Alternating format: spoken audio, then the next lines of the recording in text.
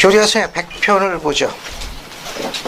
이 100편을 보는데 여러분 그 서문을 한번 봅시다. 100편 서문.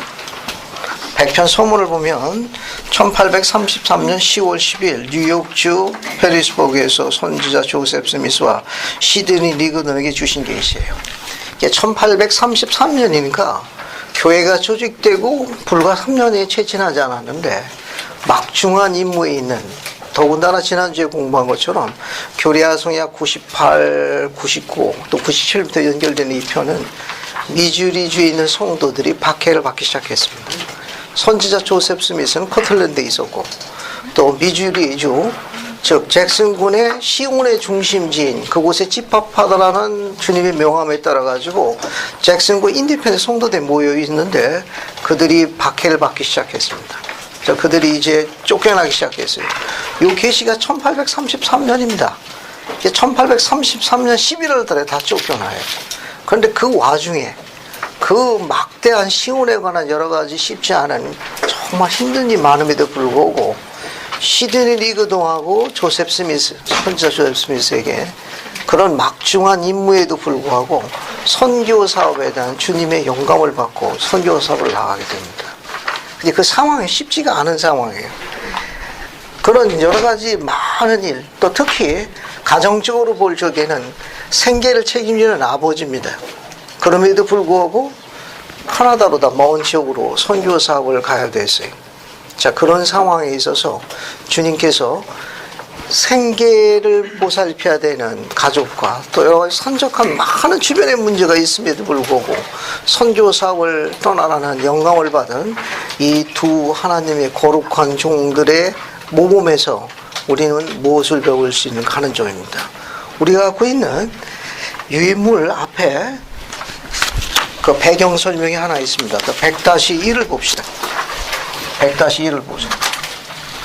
교리아성야 100편을 공부하는데 여기 유인물 100-1을 보십시오. 그러니까 100편 소개가 있습니다. 100편을 받기 전날 조셉 스미스는 일제에 다음과 같이 기록했다. 그 앞부분만 보세요. 앞부분만. 나는 주님께서 우리와 함께 하신다는 것을 매우 강하게 느끼고 있지만 가족에 대한 걱정이 컸다. 왜냐하면 보살펴야 할 가족이 많았습니다. 생계를 유지하는 가장에도 불구하고 주님께서 카나다로 선교사를 가라는 그 강한 영감 때문에 두고 가는 가족에 대한 안전과 생계가 걱정이 됐던 겁니다. 또 거기도 다른 문제가 있었어요. 그 뒤에 보면 조셉은 또한 시온에 있는 심각한 문제에 대한 걱정을 했던 게 분명했다. 여기서 시온이라는 건 미주리주 잭슨군 인디펜던스에 있는 성도들에 관한 문제를 이야기합니다. 이 문제가 아주 심각했어요. 앉아서 걱정하는 대신 선지자 조셉은 하나님의 왕국을 거선하는 일에 힘써 노력하는 것을 오히려 선택했다. 그래서 이제 선교 사업을 떠나게 됩니다. 자, 우리는 다른 일화를 하나 또 보겠습니다. 요 밑에 보시면, 요 밑에, 거기 보면 아마사 M 라이언 장로의 글이 하나 있어요. 좌측편 맨 밑에. 찾았습니까? 네. 거기 보세요. 아마사 M 라이언 장로는 이렇게 말했다. 인류에게 경고하는 의무를 행하려 나아감에 있어서 가족의 가난 때문에 마음이 괴롭다든지 난처한 일이 있어서는 안 된다. 걱정거리가 없어야 마음과 영혼을 성역의 사업에 투신하고 자신이 종사하는 일 이외에 아무것도 생각하지 않을 수 있다. 집중할 수 있다 그럽니다. 선교 사업에. 어떤 사람은 이렇게 말한다. 그렇지만 집에 있는 처자식을 잊을 수가 없어요. 그들을 잊어야 하는 건 아니다. 나는 항상 처자식을 생각할 수 있었다. 그러나 그들이 굶어 죽을까봐 슬퍼하고 두려워한 적이 있었던가? 아니다. 우리는 선교 사업으로 집을 떠나 있는 동안 무릎을 꿇고 멀리 집에 있는 가족들을 축복해 주옵소서라고 기도하고 우리의 일을 하러 갔다 라고 기록을 남겼습니다. 그런데 이 짧은 이 기록에 보게 되면 주님께서 조셉이 하나님부터 선교 사업과 시온에 관련된 일을 수행하는 것에 대한 직접적인 계시를 받은 것에 대한 조셉의 반응은 화평을 느꼈다는 건 주님께서 나를 신뢰해가지고 그런 영감과 아주 친밀한 관계를 가질 수 있도록 한 그 부분에 대해서 조셉이 평강을 누렸다는 것이 100편 1절 소개 부분에 나와요.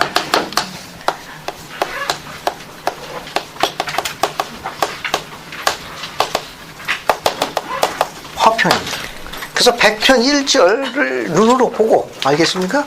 조셉이 어떤 단어를 통해서 그런 산적한 많은 문제, 가족의 생계 문제, 시온의 크고 작은 너무 어려운 문제, 자기 힘을 해결하기 어려운 그런 많은 문제임에도 불구하고 주님의 교회를 굳건히 세우는 이 하나님의 사업에 그가 매진하는데 큰 영감을 받는 마음의 화평을 준 단어가 하나 있습니다. 그 단어를 찾는 일이에요. 100편 1절에서. 자, 100편 1절 한번 읽어보겠습니다. 이세리 자매님, 100편 1절 한번 크게 읽어보겠습니까?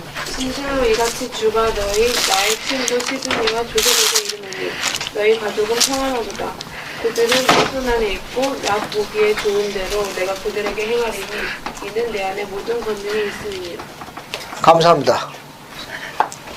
자, 여기 앞에 보게 되면 100편 1절에 조셉이 평강을 누리고 있다는 그런 단어를 나타내는 거 하나 추천해 보세요. 모든 권능이 100편 1절에서 모든 권능이 모든 것, 또 모든 권능이 네? 있음. 모든 권능이 있습니다. 우리 가족은 평안하도다. 평안하도다. 감사합니다. 여러분 맨 앞에 보십시오. 진실로 이같이 주가 너희니까 선지자 조셉과 시드니 니그돈을 지칭 거예요. 그죠? 거기 뒤에 뭐라고 호칭했습니까? 나의 친구예요. 나의 친구 시드니와 조셉에게 이르노니. 거기 종이라고 호칭을 안 했다는 사실이에요. 그죠? 그 100편 1절에 보면 하나님의 사업을 하도록 영감을 받은 이 충실한 종들에게 나의 충실한 종 이렇게 묘사 안 하고 나의 친구 시드니와 조셉에게 이르노니 라고 표현했다는 점. 만약에 주님께서 여러분에게 개인적으로 이런 계시를 받는다고 가정해 보겠습니다.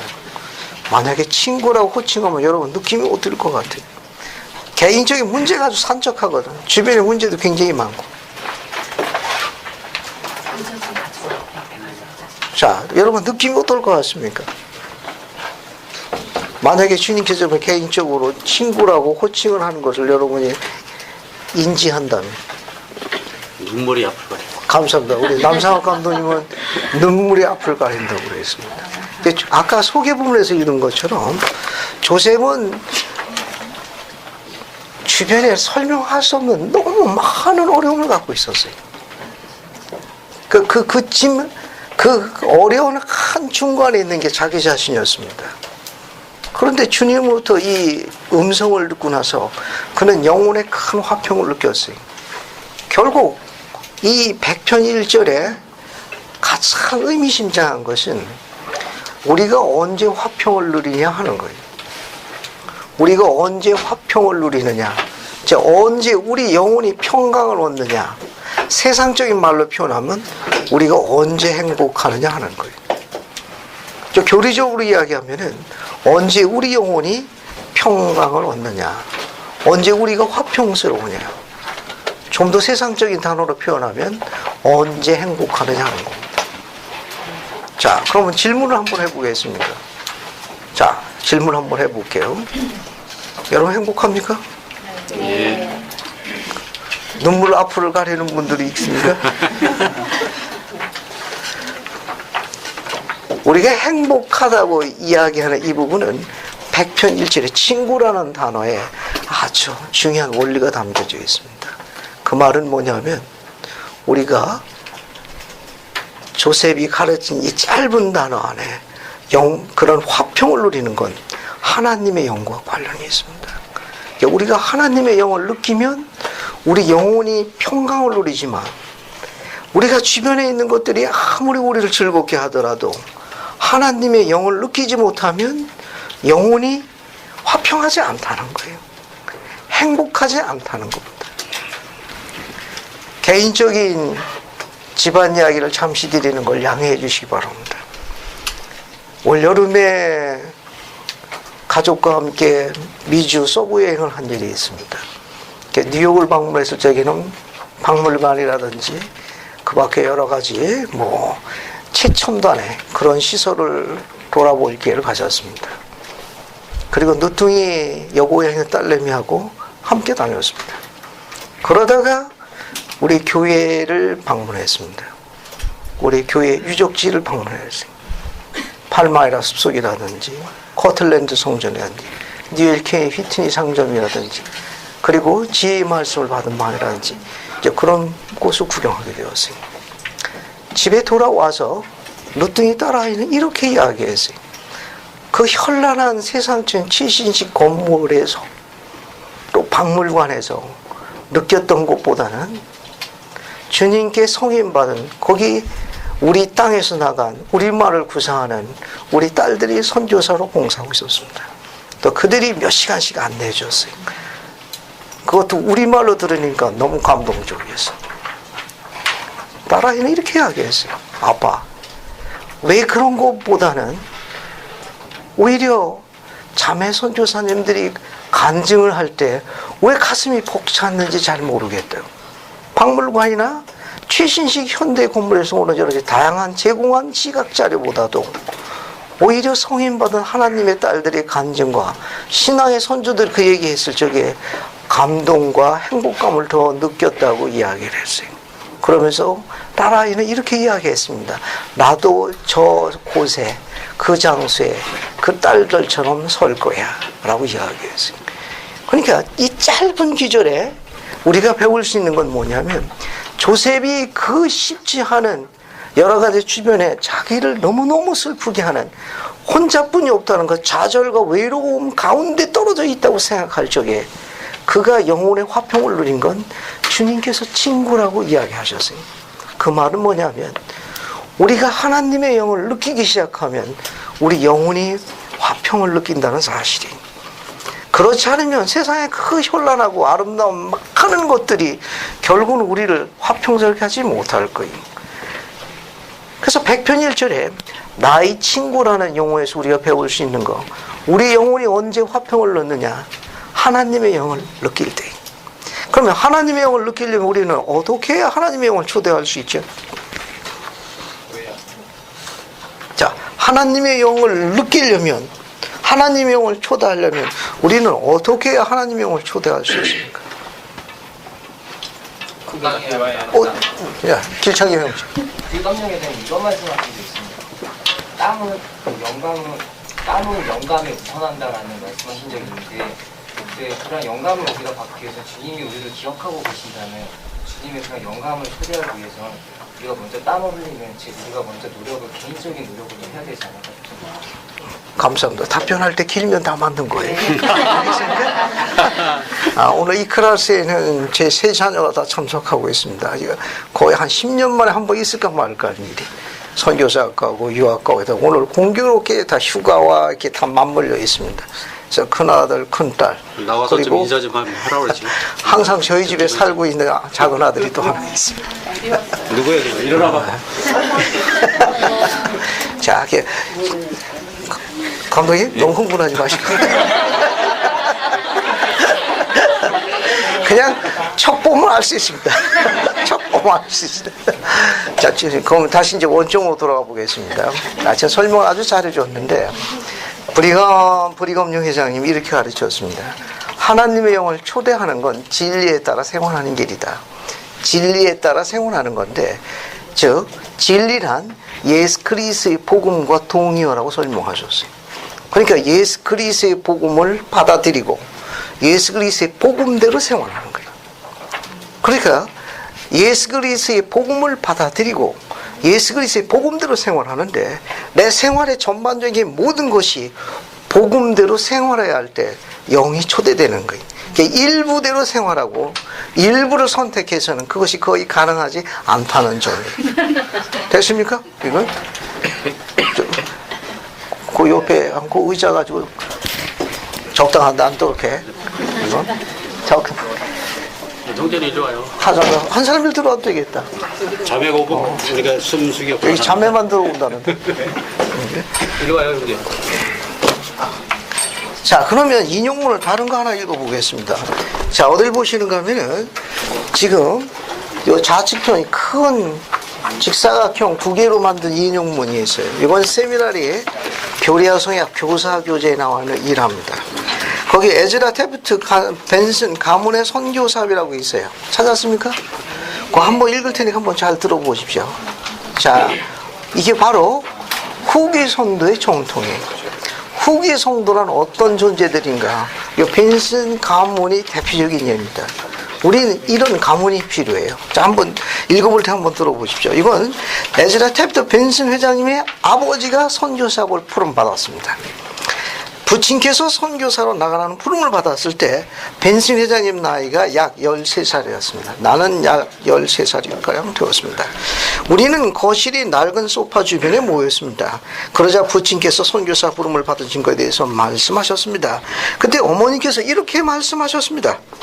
우리는 아버지가 선교사로 나가기에 합당하다고 인정받는 것이 기쁘단다. 우리가 눈물을 흘리는 이유는 이 선교사업이 우리가 2년 동안 헤어져야 한다는 것을 의미하기 때문이란다. 너희들도 알다시피 아버지와 나는 결혼한 이후로 사흘 이상을 떨어져 지내본 적이 없었단다. 이틀 밤을 떨어져 보낸 것은 아버지께서 통나무, 기둥, 장작을 구하려고 계곡으로 가셨을 때일 뿐이었다. 땔감을 구하기 위해서 계곡으로 간 그 이틀 밤을 빼놓고 결혼 생활 이후로 결코 떨어져 생활해 본 일이 없다. 우리 후기 성도의 결혼관이에요. 아시겠습니까? 우리는 이 예를 따라야 돼. 얼마를 살든지 간에 가족의 생계와 땔감을 구하기 위해서 계곡으로 가는 경우 외에는 결코 아내 곁을 떨어져 나가면 안 됩니다. 절 보세요. 이 뒤에 거 읽기 전에 결혼에 관한 원리 중에 영원한 결혼에 관한 주요 원리 중에 하나가 뭐가 있는가 하면 이런 가르침이 있습니다. 창세기에 보게 되면 아담을 지으시고 난 다음에 이들을 지었죠. 그 이불을 지고 난 다음에 하나님 아버지께서 에덴 동산에 둔 아담에게 이불을 데리고 가서 거기서 결봉을 시킵니다. 처음에 만들어진 건 아담이었어요. alone. 아담이 혼자 있었거든. 그래서 사람이 혼자 있는 것이 좋지 못하다고 이야기했어요. 그러니까 남자는 혼자 있으면 it is not good이라고 이야기했으니까 보면 안 좋으신 거예요. 그래서 만들어진 동반자가 누군가 하면 바로 이브입니다. 그러니까 이브를 만들어 가지고 아담에게 데려다 줄 때 창세의 기록은 굉장히 흥미진진해. 이는 내 뼈 중에 뼈요 살 중에 살이로라고 외치죠. 네. 짝을 만났을 때의 기쁨이, 그죠? 그 말은 이브가 아담의 뼈 중에 제일 통뼈로 만들었다는 설명이 인본과 관련 있는 거예요. 그 뼈 중에 뼈요 살 중에 살이라는 말은 뼈 중에 통뼈요 살 중에 통살이라는 의미는 아니에요. 그것보다는 영원한 성약으로 이끌어지는 인본과 관련이 있습니다. 그 기록 뒤에 보면 맨 마지막에 이런 기록이 나옵니다. 사람이 알겠어요? 부모를 떠나 한 아내와 연합하여 둘이 한 몸을 이룰지다 라고 명하시니 아담과 그의 아내는 벌거벗었으나 부끄러워하지 아니하니라. 창세기장에 나와 있는 기록이. 이 벤슨 회장님에 관한 이 아버지의 기록에서 이 두 분이 결코 떨어진 일이 없다는 단어가 있는데, 우리가 있는 그 단어 중에 창세기에 보면 즉 아내와 연합하여라는 그 연합하여라는 영어 동사가 굉장히 재밌는 동사예요. 그 설명 어떻게 한번 넘어가.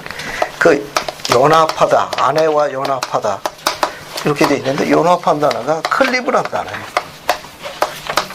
이 클리브라는 단어는 어떤 뜻이 있는가 하면은 어떤 뜻이 있죠? 클리브. 지나친 겸손은 건강에 해로운데.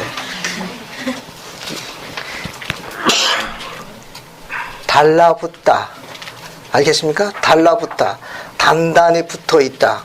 곁에 단단히 붙어있다. 여러분 그 강력 본드로 붙이는 거 있죠? 그 붙어있는 거 마냥 단단히 붙어있다. 갈라지지 않는다. 옆에 단단히 붙어있다. 그런 의미를 갖고 있는 강력한 동사입니다. 주목하세요. 재밌는 이야기 하나 하려고 그럽니다.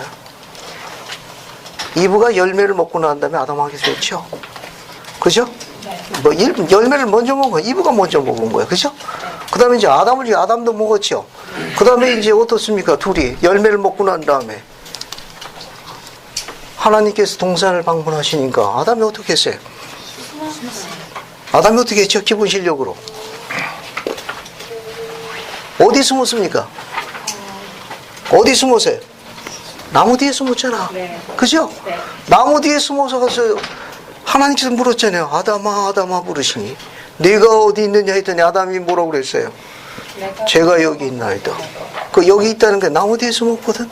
그때 주님께서 물으시거든요.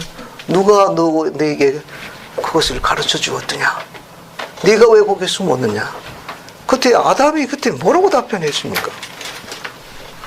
그냥 당신께서 내게 최세진 형 이제 기억나요? 한번 아는 대로. 당신께서 함께하라 한 그 여자가 그 여자가 주기에 감사합니다. 두 분은 이 말에 대해서 굉장히 크게 감동을 받으신 분들이에요. 아주 굉장히 좋아하시는 거예요. 저도 그 문장을 좋아합니다. 그냥 먹었나이다 하고 답변하지 않았죠? 조금 더 기울여 보세요. 우리 복음이 얼마나 경쾌한가 설명하는 거예요. 아담은 먹었나요? 이야기한 게 아니라 나무 뒤에 숨어가지고 고개를 내밀고 당신께서 나와 함께하라 하신 그 여자가 열매를 주어 제가 먹었나이다. 그죠?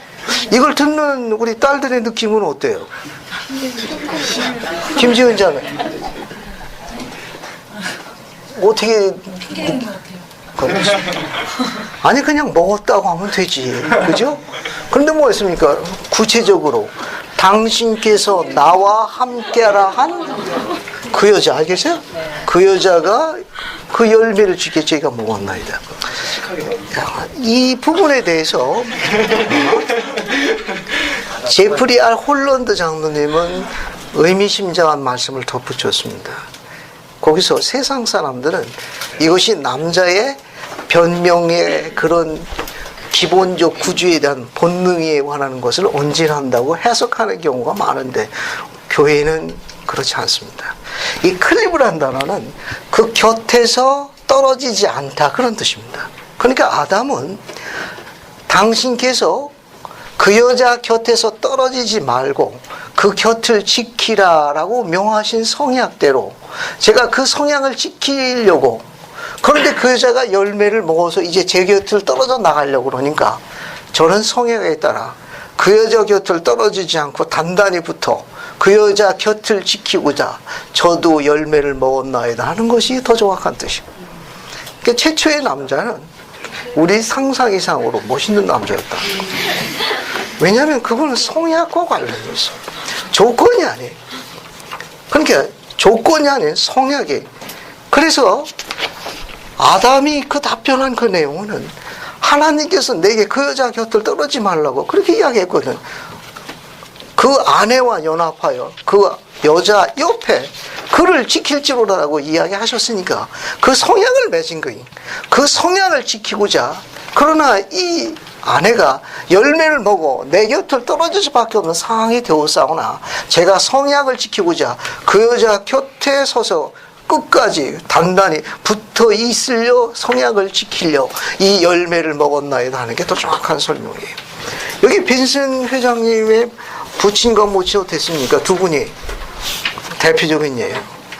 자, 그런 분들이 지금 선교 사업 때문에 떨어지게 생긴 거예요. 뒤에 봅시다. 뒤에 보면 더 재미있어요.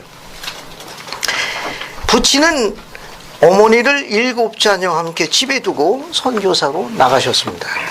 부친이 선교 지역에 도착한 지 4개월 후에 8번째 아이가 태어났습니다. 그러나 우리 가정에는 선교사 비용이 들어왔으며 그 비용이 결코 우리 가정을 떠나지 않았습니다. 어느 정도 희생을 겪지 않고는 그런 일이 생기지 않습니다. 여기 선교 사업은 무엇을 필요로 한다는 걸 기록해 놨죠? 희생. 선교 사업은 희생이 증거가 돼야 돼요.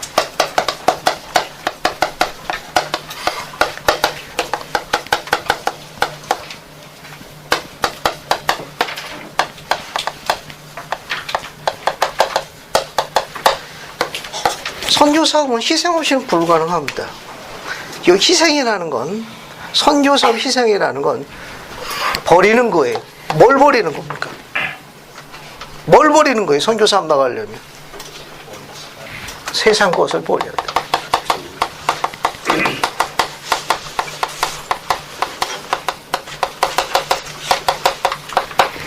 이 세상 것 안 버리면 선교사 못 나옵니다. 거의 불가능해. 선교 사업은 세상 것을 버리는 것만큼 신께 가까이 가는 독특한 훈련 과정. 때로는 젊은이들이 이 부분에서 이해하기가 쉽지 않을 수도 있습니다. 그런데 영생을 얻으려면 희생하지 않고는 영생을 얻을 수 없다고 조셉이 가르쳤어요. 그 희생은 세상 것을 버리는 연습이에요. 여러분, 버리는 것에 용감해야 합니다. 중요한 건 타이밍이야. 타이밍을 놓치게 되면 진보하는 게 아니라 후퇴하는 거예요. 제 음성을 잘 듣고 기억하시기 바랍니다. 모든 건 다 때가 있는 거예요.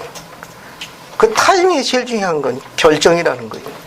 결정이 늦어지게 되면 진보 안 하는 게 퇴보하는 거예요.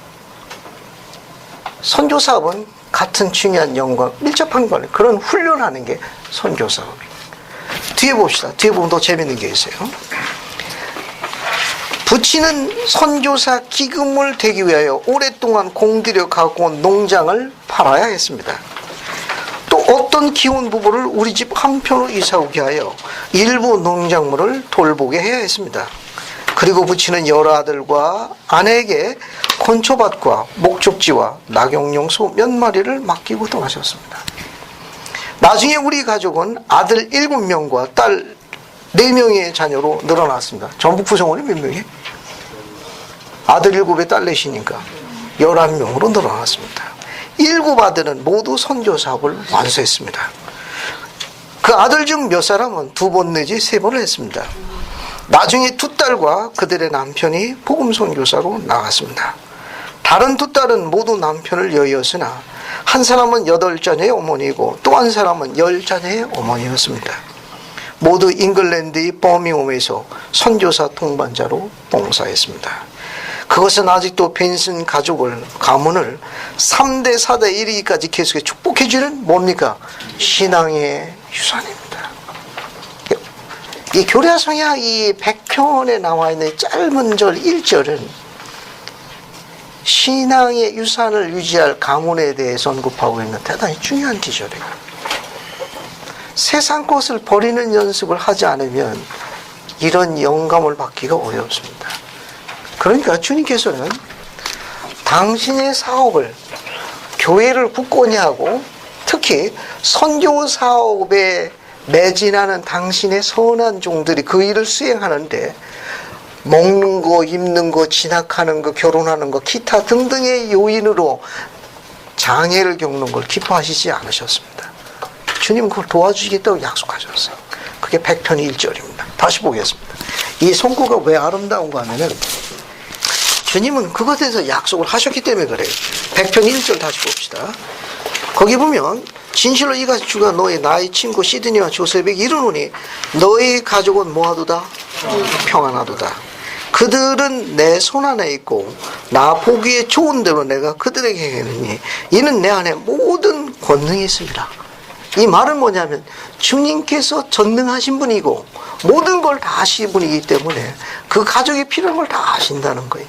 그래서 주님께서 그것을 보시기 좋으신 대로 가꾸시겠다는 겁니다. 선교 사업은 이런 아주 중요한 하나님의 권세가 우리에게 임하는 중요한 밀접한 관련이 있기 때문에 부모가 자녀를 낳아가지고 선교사를 보내기 전까지는 부모가 죽으림을 해서 하나님께 매달립니다. 이 자녀가 이방인이 빛이 되고 이스라엘 구원자가 되게 해달라는 소망으로 불타오릅니다.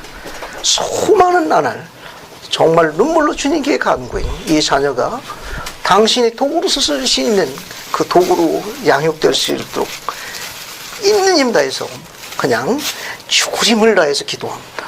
일단 그 자녀가 선교사를 나갑니다.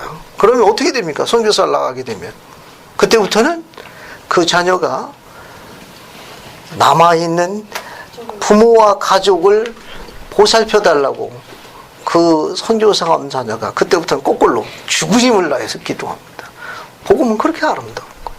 그렇게 주님께서 바꿉니다. 물론 귀환하면 빠른 속도로 온 상태로 돌아가지만 어쨌든 회개 본능에 관계없이 선교 사업을 하는 동안에는 남아있는 부모와 가족에 대해서 처절해만 태어나서 한 번도 시도해 본 적이 없고 한 번도 관건적인 죽으리만 열렬하게 하는 가장 아름다운 때가 바로 그 시기입니다.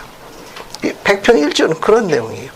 이 선교사업은 이런 축복에 대한 것이 수없이 많이 증거되고 있기 때문에 여러분이 그런 간증의 경험을 많이 들었을 거예요. 백편일전은 그런 부분에 대해서 굉장히 아름다운 선고라는 거. 자, 그 다음에 이제 어디를 보시는가 하면 쭉 넘어갑니다. 101편을 갑니다. 101편 보세요. 자, 101편 보십시오. 이 101편은 1절부터 21절까지 다루는데 이 101편은 다음 주까지 계기어서 공부할 거예요. 근데 앞에 21절까지는 상당히 여러 가지 주목할 만한 가르침이 많이 있습니다.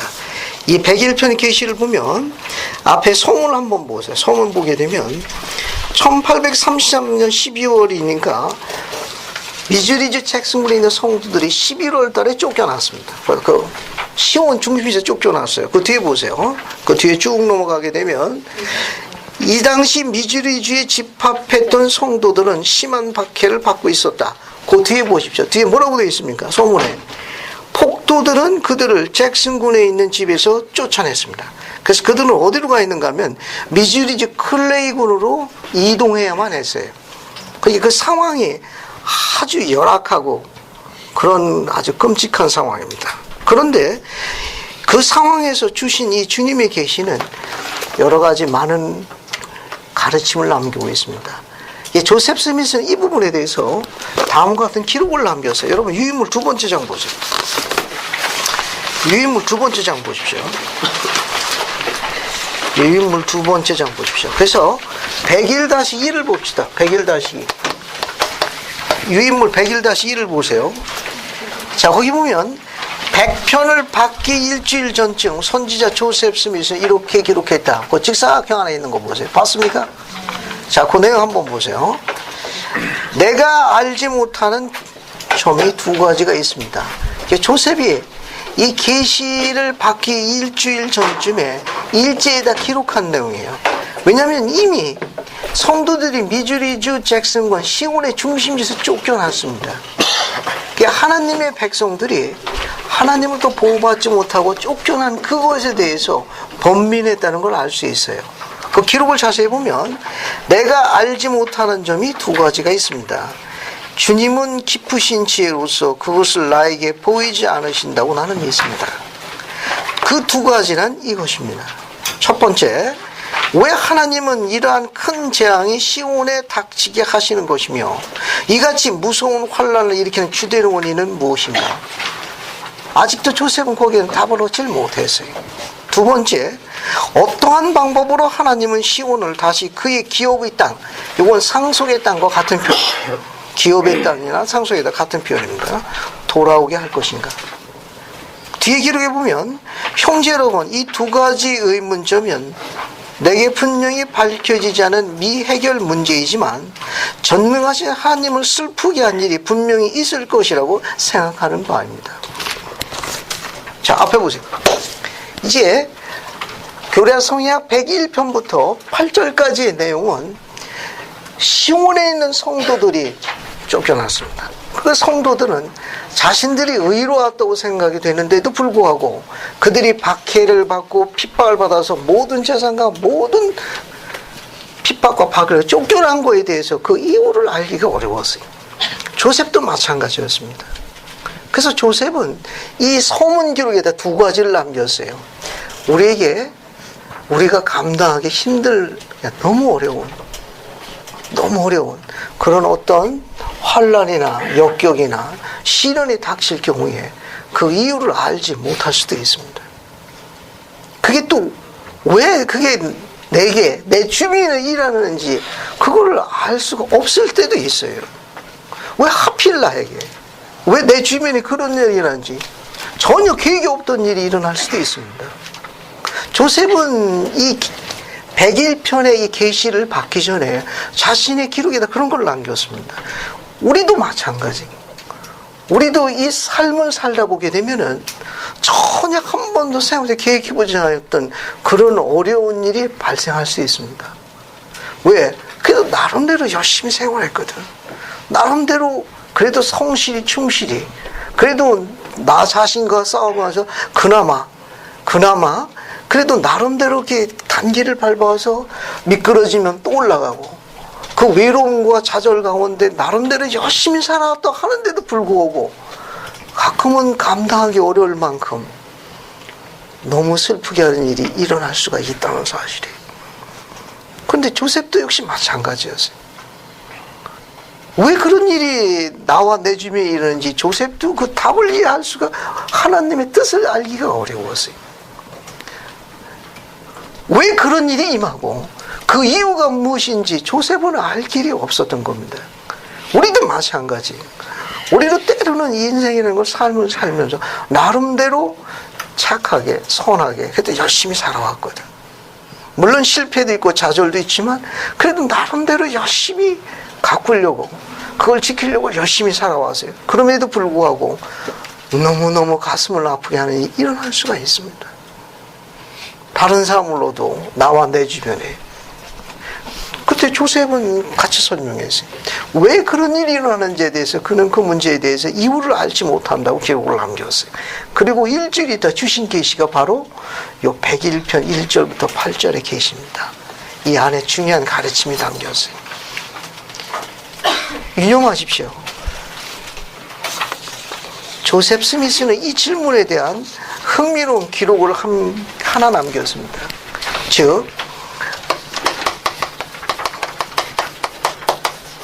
단어는 이렇게 되어 있어요. 주님의 깊으신 지혜로 말미암아. 때로는 즉각 답변해 주지 않는 것에 대해서 감사해야 합니다. 주님이 금방 설명을 안 해주신다는 거예요.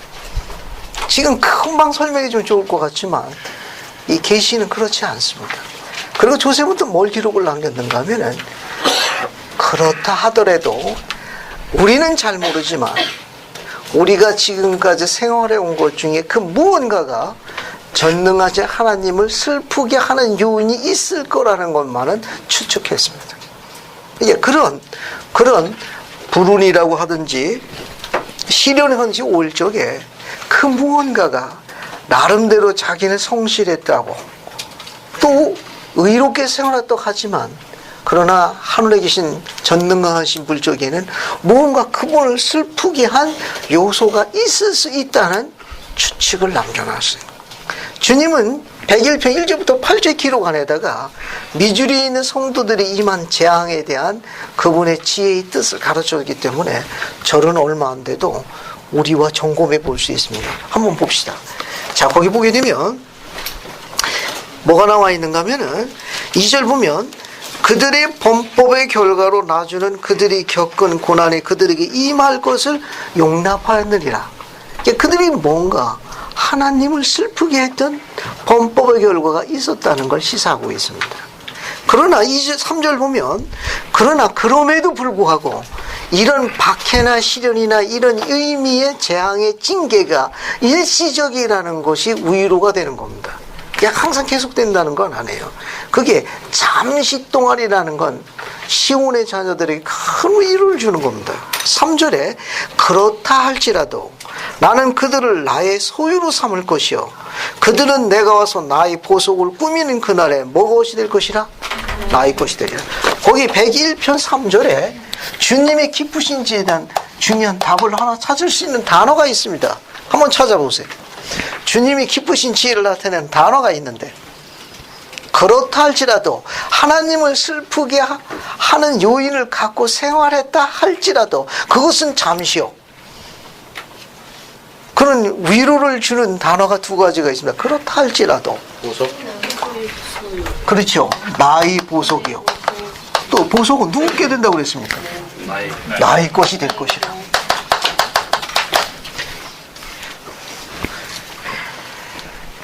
여러분 보석에 대해서 관심이 있을 줄 압니다. 자매님들은 얼마 전에 텔레비에서 부부에 대한 그런 프로그램 하는 게 있어요. 그 대화 프로그램 하나, 예능 프로그램 중 하나인데 아내가 심기가 불편할 때 아내의 마음을 풀어주는 방법 쇼핑센터나 아울렛 매장에 하루 종일 갖다 놓으면 다 풀린다고 그렇게 적어놨다고. 그러면 뭐 그냥 집에 가서 소리 하나 하고 하루 종일 잘 논다네. 그래서 실수를 금치 못했는데, 여러분 그 보석이라는 게 어떻게 해서 보석이 만들어지죠? 보석이 어떻게 만들어집니까? 저기 신방실 자매님, 보석이 어떻게 만들어져요? 다듬어져서. 정답이에요. 이 보석이라는 게 일종의 이제 돌의 한 부분 아닙니까? 그죠? 의연아, 여기 의자 하나 있다. 이쪽으로 와. 집에 가는 여기.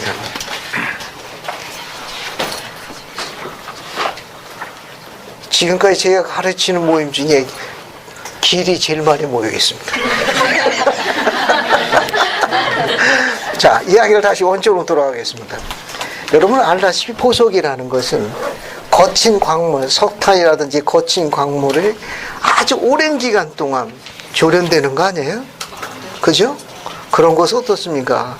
캐내가지고 또 오랜 세월 동안 풍화작을 해서 많이 깎이고 닦이고 해가지고 다듬어져서 나오는 게 보석 아니에요. 또 정금도 없으니까 그 순수한 금도 그 광맥을 찾아가지고 용광로에서 우리가 갖고 있는 기록에 의하게 되면 고대에는 용광로에서 무려 7번 이상 재련했다고 그래요. 그래서 퓨어 골드, 정금을 만들어냈다고 그랬습니다.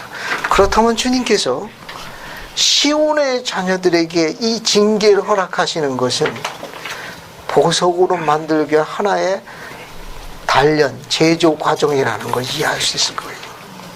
우리는 그게 왜 우리에게 임하는지 때로는 짜증스럽고 때로는 너무 가슴을 아프게 하지만 주님이 즉각 답변하시지 않았습니다.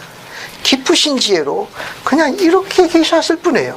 내 것이 될 것이다. 그러나 내 것은 석탄이요 광물이요 거친 게 아니라 보석일지니. 그러면 그 거친 광물이나 석탄을 보석으로 만들기 위해서는 조련하고 재련하고 용광로에서 녹이고 단련해야 할 겁니다. 필시 그 과정을 겪어야 할 거예요. 주님은 그 지혜를 말씀하신 겁니다. 그처럼 깎고 다듬고 재련하는 용광로에서 녹이는 그 일련의 과정들에 대해서 주님께서 깊으신 지혜로 말씀하셨어요. 내 보석이 될 것이요. 보석이 되면 그것이 바로 내 것이다. 주의 것이라고 이야기했습니다.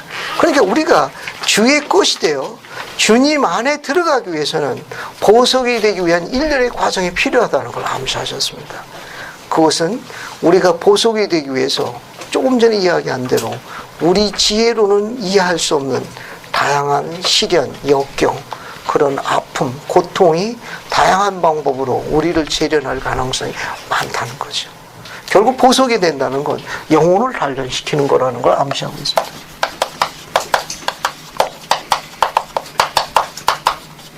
단련시키는 거예요. 그래서 영혼을 단련시켜가지고 하나님의 성품을 배워가는 겁니다.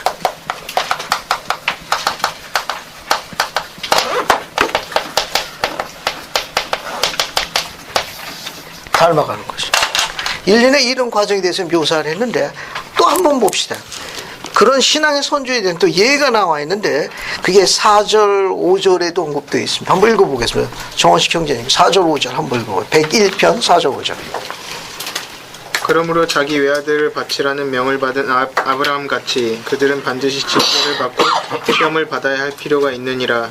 무릇 징계를 견디려 하지 아니하고 나를 부인할 자는 모두 성결하게 될 수 없도다. 감사합니다. 아브라함처럼 우리도 그런 시험에 들어갈 수도 있다는 걸 암시하고 있다는 거예요. 아브라함은 자기 독자 이삭을 모리아 산에 가서 번절이라는 명함을 받았죠. 기억합니까? 네. 자, 그래서 우리는 아브라함을 신앙과 순종의 대명사로서 알려지는 신앙의 선조를 갖고 있어요. 그죠? 우리 그 기록을 보게 되면은 그 짧은 기록에서 그 아브라함에 대해서 배울 수 있는 게 너무너무 많습니다. 아브라함은 자기가 거의 자기 나이 100세 오던 아들 아닙니까? 그죠? 그 아들을 갖다가 주님께서 요구하신 거예요. 주님은 아브라함이 그 아들 독자 이삭을 얼마나 사랑하는지 알고 계셨음에도 불구하고 시험하셨어요. 내 아들, 내 사랑하는 독자 이삭을 내가 요구하는 그 산에 가서 번제 드릴 걸 요구하셨습니다. 그 뒤에 보게 되면 기록에 보면 아브라함이 그 부분에 대해서 순종한 기록을 알 수 있습니다. 또 더 나아가서 그 아들 이삭은 아브라함이 100세에 오던 그 아들이 그때 올라갈 때 나이는 경전에 추정되는 연대는 거의 나이 40세로 추정하고 있어요. 그러니까 아브라함은 100세 얻었으니까 거의 나이가 140세로 되는 걸 추정하고 있고, 이삭은 40세니까 어때요? 번제단에 올라가 가지고 거기 묶어야 됩니다. 바인딩을 묶어 가지고 당시에 번제 드리려고 그러면 그럼 이렇게 생긴 칼이 있어요.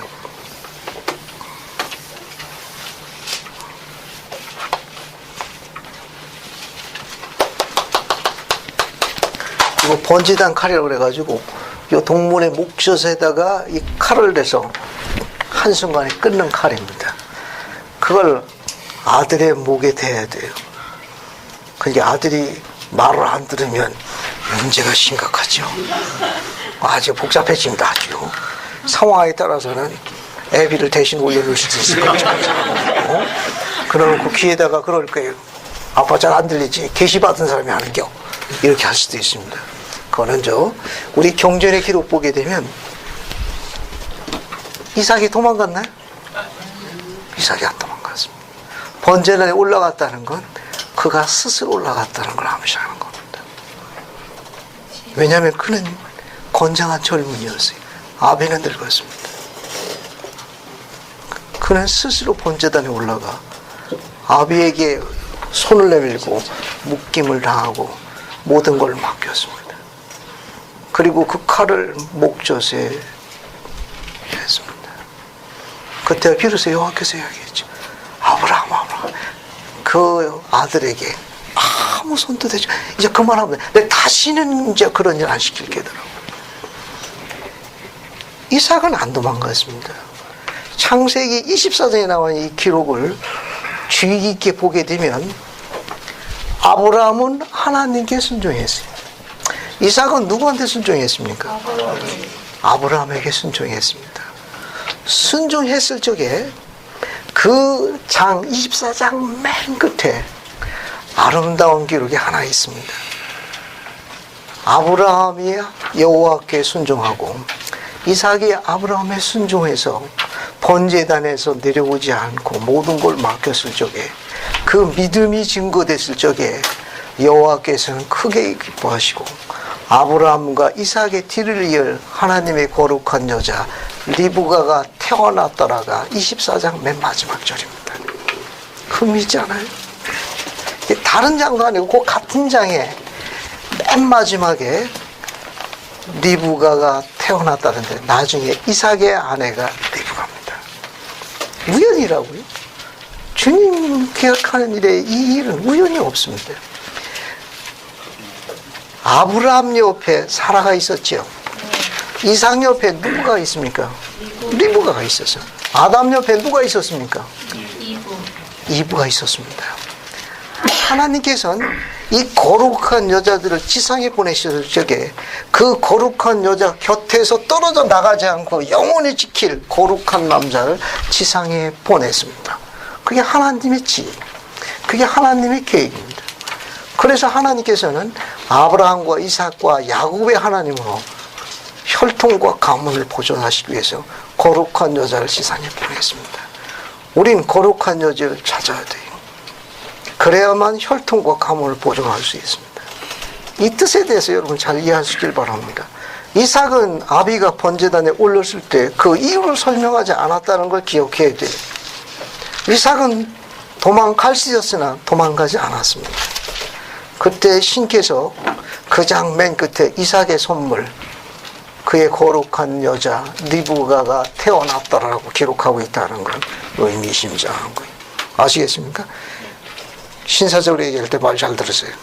알겠습니다. 이거 굉장히 중요한 교훈. 자, 뒤에 또 봅시다. 자, 뒤에 보면 6절 보게 되면은 미주리에 있는 성도들이 하나님을 슬프게 한 이유를 잠시 말씀하셨어요. 알겠습니까? 그 6절부터 8절까지 한번 읽어볼게요. 내용도 재미있습니다. 자, 김민정 자매님 6, 7, 8절 한번 읽어봐요. 보라 내가 너희에게 이르노니 그들 가운데 알력과 다툼과 시기와 싸움과 유교과 탐욕이 있었느니라. 그러므로 이러한 일로 그들이 자신들의 기업을 더럽혔느니라.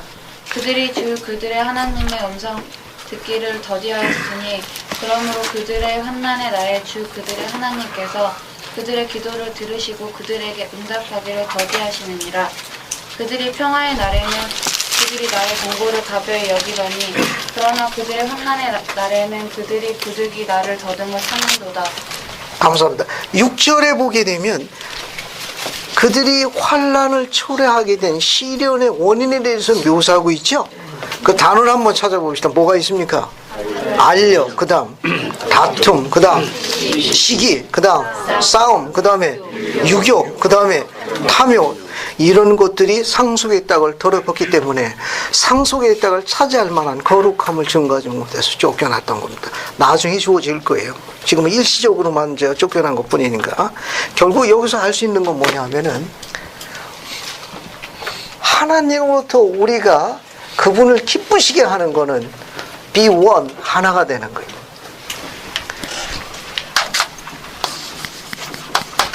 유니티라고 그래요. 단합이.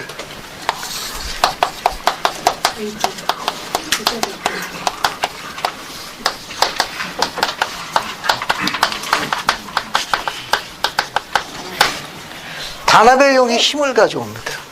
그게 하나가 되는 건 전부 하나님께 오는 거예요. 디바이드, 세퍼레이트, 나누는 건 전부 하나님의 것이 아니에요. 그러니까 속성을 이해할 수 있길 바랍니다. 그러니까 하나님의 것은 유니티, 하나가 되게 하는 거예요. 그래서 힘을 발휘하게 합니다. 그런데 하나님의 것이 아닌 건 전부 어떻게 해요? 세퍼레이트, 나누게 됩니다. 그 세퍼레이트 하는 요소 중에 하나가 뭐냐 하면 조금 전에 이야기한 그 요소가 거기 있어요. 그 중에 알력, 다툼, 시기, 싸움, 그 다음에 욕자 돌림으로 있는 거. 알겠어요? 거기 유교, 탐욕, 기타 욕자로 돌아가는 것들을, 이런 것은 전부 단합의 영을 세퍼레이트하는 그런 요소들입니다. 그리고 7절과 8절은 주님께서 시온에 상속받지 못하고 쫓겨난 다른 이유를 묘사하고 있는데 7절, 8절은 그것을 어떻게 묘사하고 계시죠? 한번 요약해 보세요. 조금 전에 알력, 다툼, 시기, 싸움, 그 다음에 유격, 탐욕 이런 거 위에 또 다른 요소를 두 절에 걸쳐서 묘사하셨는데 이 7절과 8절도 주님을 슬프게 했던 요인으로 두 절에 걸쳐 묘사했습니다. 이게 어떤 설명을 하고 계신 거예요? 7절, 8절은? 이용화 형제. 이 7절, 8절은 뭘 지적하고 계신 거예요? 백성들이 필요할 때만 주님을 찾았어요. 감사합니다. 감사합니다. 우리하고 너무 비슷한 면이 있지 않아요? 그죠? 자, 그러니까 7절과 8절의 내용을 한번 성구를 한번 다시 한번 보세요. 어디 봅시다. 그들이 주 그들의 하나님의 음성 듣기를 더디하였으니 슬로우 했다고 합니다. 슬로우. 그러므로 그들의 환난의 날에 주 그들의 하나님께서 그들의 기도를 듣고 그들의 응답하기를 더디하시느니라. 즉 하나님의 음성 듣기를 더디했기 때문에 그들이 애원해서 매달릴 때 평소에 내 말을 더디 들었으므로 환난의 날에 그들이 애원해서 간구할 적에 응답을 더디하는 거에 대해서 너 불만 있냐? 그런 내용이거든요. 어떻게 생각하십니까? 평화스럽고 화평스러운 날은 내 말 알기를 우습게 알아가지고 잘 말을 그렇게 안 듣더니 이제 본인이 절대적으로 긴급할 때입니다. 그때 애원해서 매달릴 적에 평소에 네가 내 말을 더디 귀 기울였으므로 슬로우 했으므로 나도 응답을 슬로우 하겠다는데 혹시 거기에 더 불만이 있냐 그런 내용이에요. 불만이 있습니까? 그래도 불만이 있죠, 그죠? 그래도 하나님이신데 그러시면 또 그렇게 생각할 수도 있어요. 거기 8절에 보게 되면 그들이 평화스러운 날에 그들이 나의 훈계를 가벼이 여기더니 그러나 환난에 대해 그들이 부득이 나를 어떻게 찾는다고 그랬습니까? 더더욱 찾는다고 그랬죠. 이 계시는 시사하는 바가 굉장히 많습니다. 주님께서 절대적으로 필요한 긴급한 시간에만 그분을 부르는 자들을 결코 기뻐하지 않는다는 걸 묘사한 거예요. 알겠습니까? 주님이 절대적으로 필요한 절대적으로 긴박한 순간에만 주를 부르는 자들을 결코 기뻐하지 않는다는 거예요. 이 원리는 그런 원리. 그러니까 우리가 이 삶을 살아가다가 주님께 도움이 필요한 절대절명의 순간에만 그분을 부르고 나머지 경우는 안 부르는 그런 자들은 크게 기뻐하시지 않는다는 가르침입니다. 그러면 우리가 왜 항상 그분을 기억하고 그분의 이름을 받들며 그분을 향해서 기도해야 하는 이유가 뭐죠? 우리 날에 빨리 응답 받으려고. 날에 빨리 응답 받으려고. 감사합니다. 빨리 응답받기 위해서 정답입니다. 주님께서 복음 안에서 굳게 서는 5가지 원리를 토마시비 마시에게 가르친 일이 있습니다. 지난 학기에 공부했는데 복음 안에서 굳게 서는 5가지 원리를 토마시 마시에게 이야기했어요. 주님은 토마시 마시가 어떻게 될지 다 알고 계셨어요. 그가 복음 안에서 굳건히 서기 위해서는 모든 하나님의 자녀에게 똑같이 적용된 5가지 요소를 설명했는데 교례서에 몇 편에 기록되어 있죠? 30? 1, 2, 3, 4 중에 마음에 드시는 거 31편으로 가겠습니다. 31편으로 갈게요. 교례서약 31편으로 갑시다. 자, 교례서약 31편 9절을 볼게요. 알겠어요? 9절. 교례서약 31편 9절을 보겠습니다. 거기에 교례서약 31편 9절을 보십시오. 31편 9절입니다. 그 설명하는 단어가 있어요. 자, 거기 9절에 3개가 나오죠. 9절에 복음 안에 국회에서는 3가지 요소가 있고 그 다음에 31편 12절에 4번째 요소가 있습니다. 그 다음에 31편 13절에 5번째 요소가 있어요. 자, 첫 번째 요소가 뭡니까? 고난 중에 인내하라. 두 번째는 욕하는 자를 대하여 욕하지 말라. 세 번째는 온유함으로 내 집이니까 요 내 집은 자신으로 바꿔도 돼요. 가족, 자신 다 좋습니다. 온유함으로 내 집을 다스리며 굳건하라. 혹은 온유함으로 내 가족을 다스리며 굳건하라. 혹은 온유함으로 내 자신을 다스리며 굳건하라. 다 적용되는 문장입니다. 12절은 네 번째 요소가 뭐가 있어요? 유혹에 들어 내 상을 잃지 않도록. 그 뒤에 뭐가 있습니까? 항상 기도하라. 항상 기도하라. 항상 기도하라. 31편 13절의 마지막 네 번째 요소가 뭐예요? 끝까지 충실하라.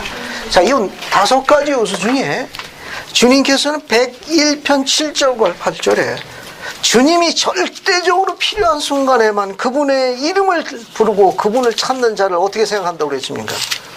기쁘다고 생각 안 하셨어요. 그분은 어떤 사람을 기뻐하십니까?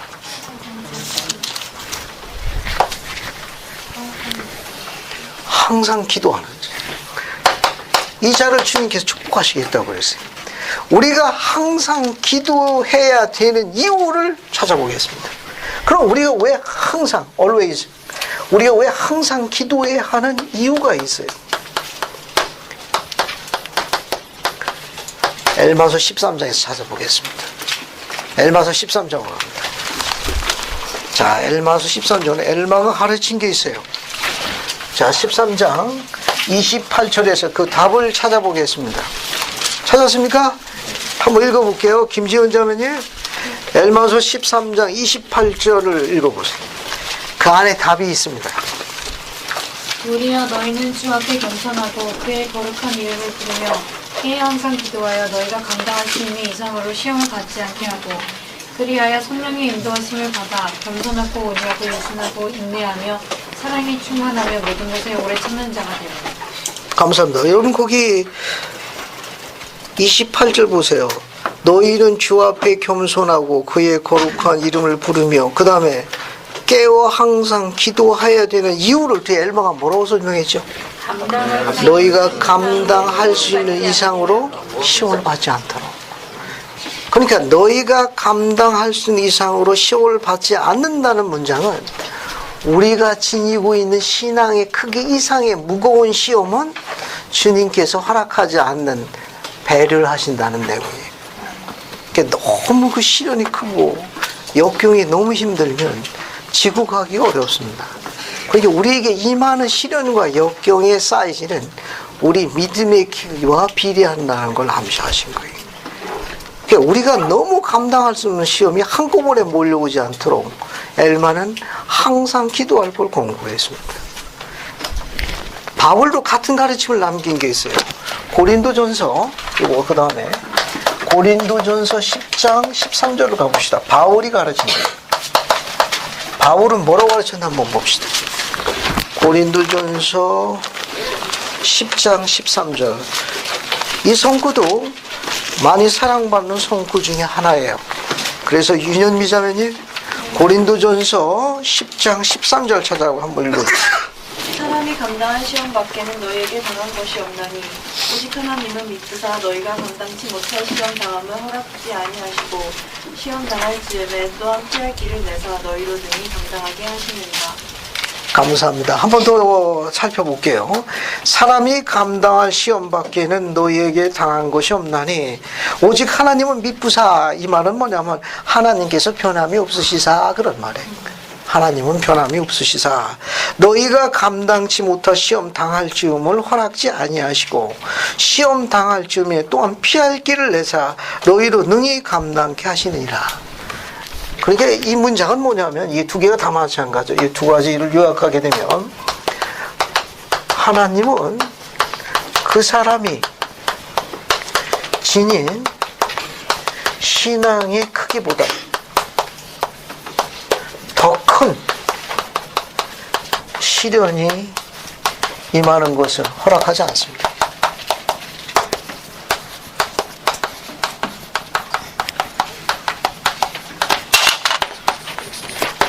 허락하지 않아요. 결국 우리에게 주님께서 때로는 시련과 역경이나 환난이 주어지는 건 징계라는 용어를 쓸 경우에 우리를 오히려 단련시켜주고 겸손하게 하고 온유하게 하고 하나님과 더 친밀한 관계를 하는 하나의 일종의 사랑의 표현으로 볼 수 있습니다. 그것을 볼 수 있는 인용문이 있어요. 자, 인용문 한번 읽어볼게요. 자, 어딜 보시는가 하면은 101-3 유인물을 보겠습니다. 유인물 101-3 그 밑에 인용문이 있어요. 헤롤드 비리. 헤롤드 비리. 인용문이 있습니다. 그 인용문 한번 보세요. 보셨습니까? 네. 자, 인용문 한번 볼게요. 인용문 두 개 읽어볼 테니까. 헤롤드 비리 인용문 연구 보십시오. 인생의 시험과 시련을 두려워하지 마십시오. 때로는 인생에서 가장 혹독한 시련을 겪을 때 자신이 생각하는 것보다 하나님과 더 가까이 있을 수 있습니다. 주님 자신이 산에서 겟세마네 동산의 갈보리 십자가의 유혹을 겪으실 적에 천사들이 나와서 수정론이라고 경전에 기록되어 있습니다. 이로는 마태복음 4장 11절에 있습니다. 때로는 여러분이 시련 가운데 있을 때 이런 일이 일어날 수 있습니다. 절 보세요. 아까 우리 101절 보게 되면 시드니 리그론과 조셉에게 뭐라고 호칭했어요? 친구라고 호칭했죠. 사람이 친구로 해서 목숨을 버리면 이보다 더 큰 사랑이 없나니 요한복음 몇 장 몇 절에 있습니까? 사람이 친구로 해서 목숨을 버리면 이보다 더 큰 사랑이 없나니 지금 목숨을 버린 그분이 시드니 리그론과 요셉에게 뭐라고 설명했어요? 내 친구라. 그 친구들 위해서 필요하면 주님께서 뭐 하시겠다는 거예요? 목숨을 걸고 지키시겠다는 거 아닙니까? 그죠? 네. 사람이 친구로 해서 목숨을 걸고도 더 큰 사랑이 없나니 또 이거 시험에서 직접 실행하시면 안 돼. 알겠습니까? 그래서 이 성군의 걸 설명하는 거예요. 그러니까 지금 주님께서 시드리라고 조셉에게 내 친구라고 설명하신 것은 주님이 목숨을 걸고 지키시겠다는 거예요. 지키시겠다는 겁니다. 그러면 조금 전에 나와 있는 이 메시지는 뭘 이야기하는가 하면은 필요한 경우 시련과 좌절과 고난의 늪에 혼자 외롭게 있을 적에 우리가 주님께 끝까지 충실하면 우리는 어떤 익사이팅한 경험을 한다는 겁니까? 어떤 익사이팅 경험을 한다는 거예요. 이 헤럴루비리 회장이 어디 가서 여기 계시고 헤럴루비 회장 이 메시지 내용은 뭐냐면은 어떤 사람이 지니고 있는 그 신앙입니다. 우리가 지니는 신앙으로 말미암아 하나님과 하모니 조화를 이루시다고 가르치셨어요. 우리가 지니고 있는 신앙으로 말미암아 이 신앙만이 왜냐하면 친구라고 그랬으니까 하나님과 친구가 될 수 있는 오직 신앙뿐이 없어요. 그러면 내가 지니고 있는 인포메이션, 정보나 나르지, 지식이나 익스피리언스, 경험으로는 도저히 해결할 수 없는 그런 피할 수 없는 세상의 큰 문제나 시련이 내게 오는데 내 힘으로는 도저히 안 돼. 내가 가지고 있는 지식이나 정보나 능력이나 경험으로는 도저히 해결할 수 없어요. 그런데 그걸 반드시 해결해야 돼. 그럴 때 어떻게 해야 되죠? 주님께 간구해요. 주님께 간구해요. 감사. 우리가 지니는 신앙이 우리가 지니는 신앙을 행함으로 말미암아 우주에 계신 전능자의 파워 그 권세를 지상으로 끌어올 수 있다고 가르치신 분이 바로 헤롯이. 그 성구가 천사가 나와서 수종드니라라는 기절입니다. 우리가 그런 경험을 하도록 주님께서 하시는 깊으신 지혜가 있어요. 그 이후로는 절대로 주의 곁을 안 떠납니다. 그런 경험을 하기 위해서 주님께서 시온의 자녀에게 그 환난과 역경과 설명할 수 없는 그 아픈 너무너무 가슴을 허락하시는 이유 중에 하나는 그 경험을 증인으로 삼기 위한 주님의 깊으신 지혜예요.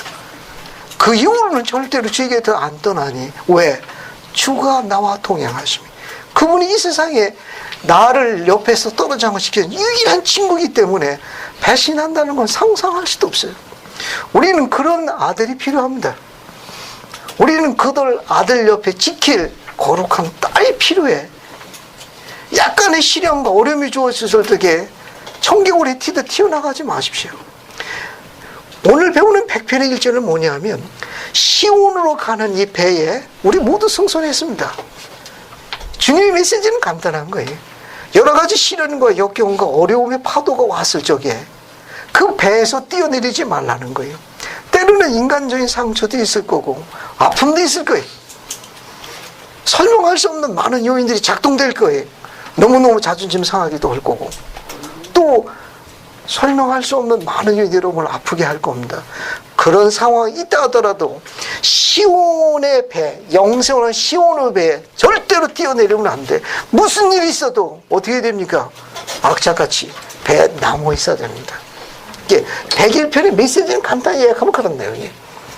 무슨 일이 있어도 시온의 배에서 뛰어내리지 말라는 거예요.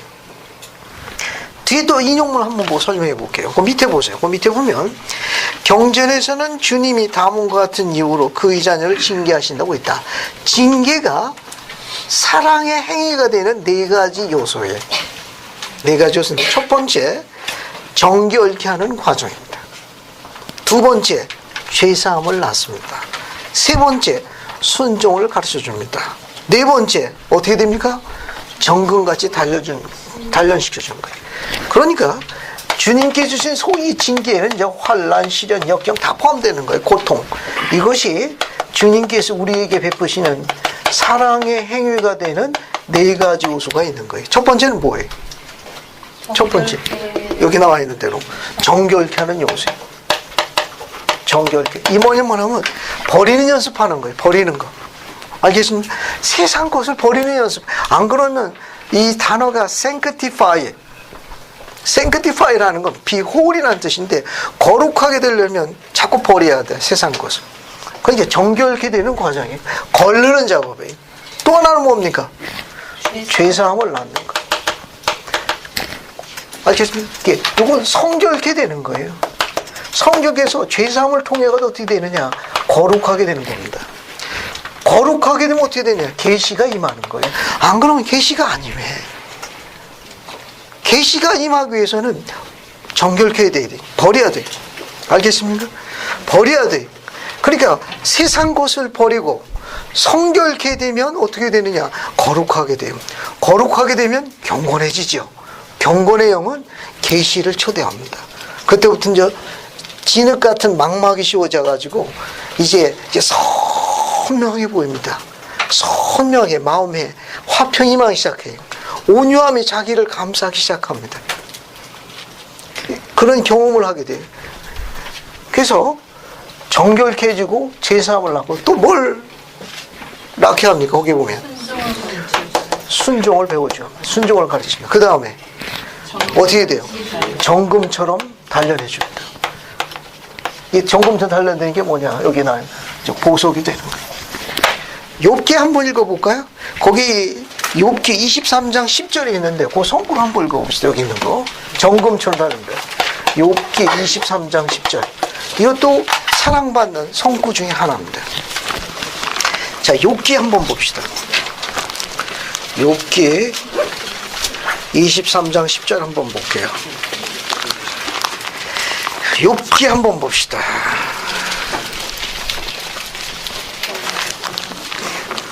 가만히 있어보자. 누가 한번 쳐서 읽어볼까?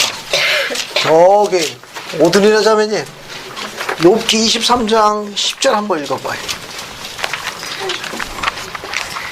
욥기 23장 10절. 그러나 내가 가는 길을 그가 아시나니 그가 나를 다니는 곳에는 내가 처음같이 되어 나오리라. 감사합니다. 이것도 아주 사랑받는 성구 중에 하나예요. 욥기 23장 10절도 그분이 나를 단련케 하시는 이유에 대해서 욥기에 기록된 아름다운 성구 중에 하나입니다. 자, 그 다음에 다른 인용문을 하나 더 볼게요. 여러분 한 장 더 넘기십시오. 한 장 더 넘기면은 한 장 더 넘기게 되면 거기 뒤에 보시게 되면은 제임스 파우스 회장님이 하신 내용이 있어요. 여기 세 번째 장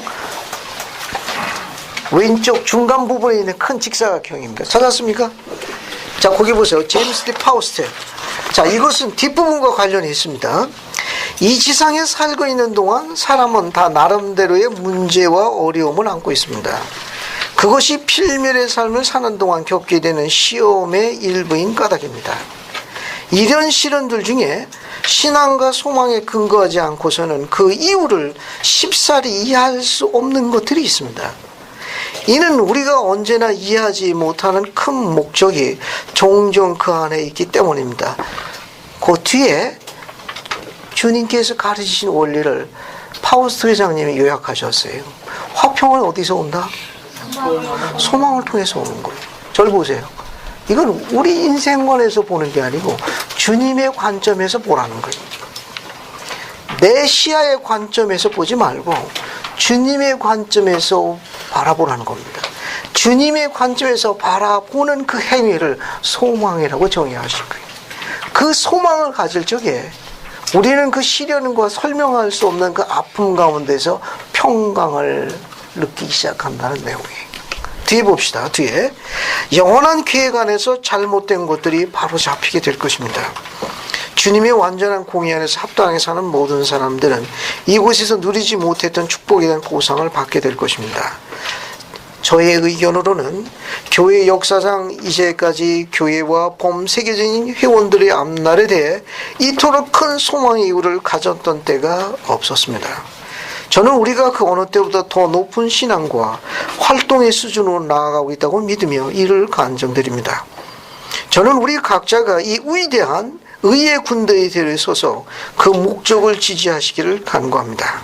우리는 각자 이스라엘 거룩하신 이 앞으로 나와서 우리의 개인적인 의로움을 보고할 날이 올 것입니다. 절 보세요. 하나 요약하고 뒷부분을 마무리해 보겠습니다. 이 말은 뭐냐 하면은 그런 역경과 시련과 어려움이 있다 하더라도 파우스 회장님은 화평이 뭘 통해서 온다는 겁니까?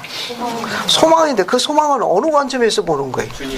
주님의 관점에서 보는 거예요. 그건 주님의 관점에서 지금 오늘날 이 마지막 때 같은 격리 시대에 주님이 지금 우리에게 뭘 요구하시는 겁니까? 그 요구하시는 하이라이트가 뭐예요? 지금 우리가 이 시간에 앉아서 뭘 준비하고 있는 겁니까? 신부처럼 앉아가지고 누가 오는 걸 준비하는 거예요? 신랑, 주님의 재림을 준비하는 거 아니에요. 재림을 준비하려면 우리가 뭘 건설해야 합니까? 시온을 건설해야 돼요. 그 일에 용맹 전진하라는 겁니다. 그러면 주님께서 나머지 어떻게 하겠다는 거예요? 그분이 다 조정하시겠다는 거예요. 이해하시겠습니까? 지금 101편의 내용은 그래. 지금 집을 뺏기고 박해받고 서름받고 정부 지도자가 안 도와주고 교회 지도자는 다 어디로 갔는지 지금 그냥 엉망진창이 된 거예요. 그렇다 하더라도 뭘 요구하는 겁니까? 주님의 관점에서 영원한 하나님의 사업에 재림을 준비하도록 부름받은 너희들은 하나님의 왕국을 건설하라는 거예요. 알겠습니까? 그런 거에 대해 연연하지 마. 교회 지도자가 어디로 가고 누가 이런 거기에 연연하지 말라는 거예요. 그것 때문에 시온으로 가는 영생의 배에서 뛰어내리지 말고 왕국을 지키라는 거예요. 용감무쌍하게 지키라는 거예요. 그러면 나머지 주님께서 해결하시겠다는 거예요. 계시를 보겠습니다. 이 계시가 왜 의미심장하면 101편 다시 그 뒷부분 보세요.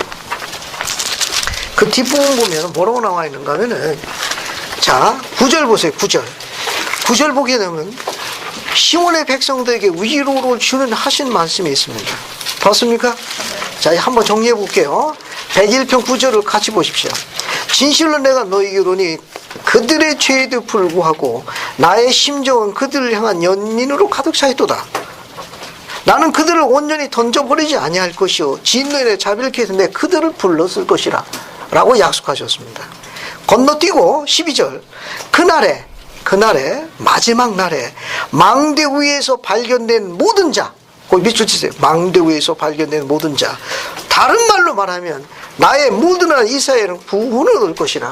그 환란의 그 마지막 날에 거기 두 종류의 사람을 묘사했습니다. 그렇죠? 그 101편 12절 보게 되면 어떤 자예요? 거기 망대 위에서 발견되는 모든 자. 망대 위에서 발견되는 모든 자. 우와! 또 뭐라고 설명했어요? 나의 모든 이스라엘. 나의 모든 이스라엘. 망대 위에서 발견되는 모든 자, 혹은 나의 이스라엘, 나의 모든 이스라엘로 칭함을 받는 자들은 내가 오는 날에 다 뭐가 있다고 그랬습니까? 나와 함께 영생을 누릴 거라고 그랬어요. 그러면 망대 위에서 발견되는 자는 누구입니까? 나의 모든 이스라엘은 어떤 사람을 묘사하는 설명이죠? 이 망대가 뭐 하는 거예요, 망대? 와치타워. 101편 45절 가면 다른 용법으로 설명했어요. 101편 45절 세 번째 절 보세요. 거기 어떤 용어로 나와 있습니까? 거기 뭐라고 나와 있어요? 같은 표현이 망대 위에 파수꾼. 앞에 보세요. 강에 빠지지 말라고 하는 이유가 있습니다. 우리 복음이 아주 경쾌하고 정확해요. 이 와치타워라는 거, 망대라는 거, 거기 파수꾼이 하는 일이 어떤 일을 하는 겁니까? 적이 쳐들어오나 안 쳐들어오나. 그렇죠. 망대에 있는 파수꾼의 제일 중요한 임무는 뭡니까? 멀리 바라보고 적들이 쳐들어오네 안 쳐들어오는지 어떻게 하는 겁니까? 항상 경계하고 쳐들어오면 어떻게 하는 겁니까? 목소리를 크게 내는 거예요. 근데 만약에 망대에 있는 파수꾼이 없어지면 자리를 안 지키면 어떻게 되는 거죠? 만약에 그 망대 위에 가장 믿을 수 있고 신뢰하는 그 사람을 갖다 세워놨는데 실종돼 버렸네. 없어진 거예요. 그럼 어떻게 되는 겁니까? 아니 망대 위에 그 파수꾼이 자리를 지켜야 되는데 실종돼 버렸네. 없어진 거예요. 자리를 그냥 무슨 그럼 어떻게 됩니까? 그 안에 요새 안에 있는 가족들은 더 어떻게 되는 겁니까? 상상해도 어렵죠. 망대 위에 발견되는 모든 자 45제는 망대 위에 파수꾼 이야기했어요. 파수꾼은 어떻습니까? 눈을 부릅뜨고 그죠? 어금니를 물고 강한 팔로서 멀리 있는 적들이 쳐들어오는 자를 면밀히 감시하는 일입니다.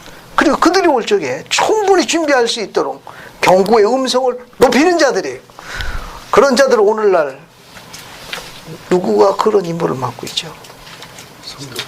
선교사. 또 12사도 12사도. 다 사자 들어가네. 선교사, 사도. 또 궁극에 있어서 망대에 있는 파수꾼. 주님께서는 망대에서 발견되는 모든 자라고 했으니까 선교사하고 사도만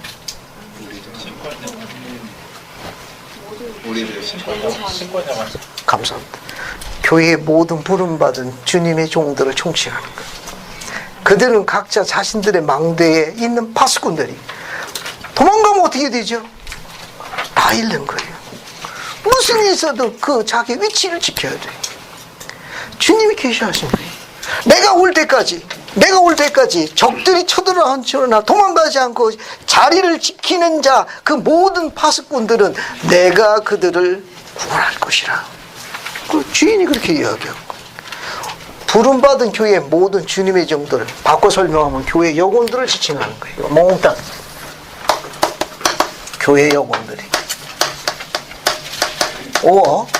교회 지도자들.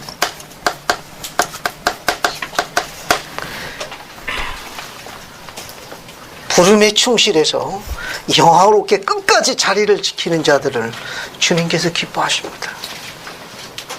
이 부름이 그렇게 중요한 거예요. 주님께서는 이 계시를 주신 거예요. 우리 시대를 다 보고 이야기했습니다. 망대 위에 서 있어서 파수꾼으로 부름받은 자들이 세상 것 때문에 그 자리를 이탈하게 되면 시온은 건설하는데 제한받을 거예요. 어려울 수밖에 없을 겁니다.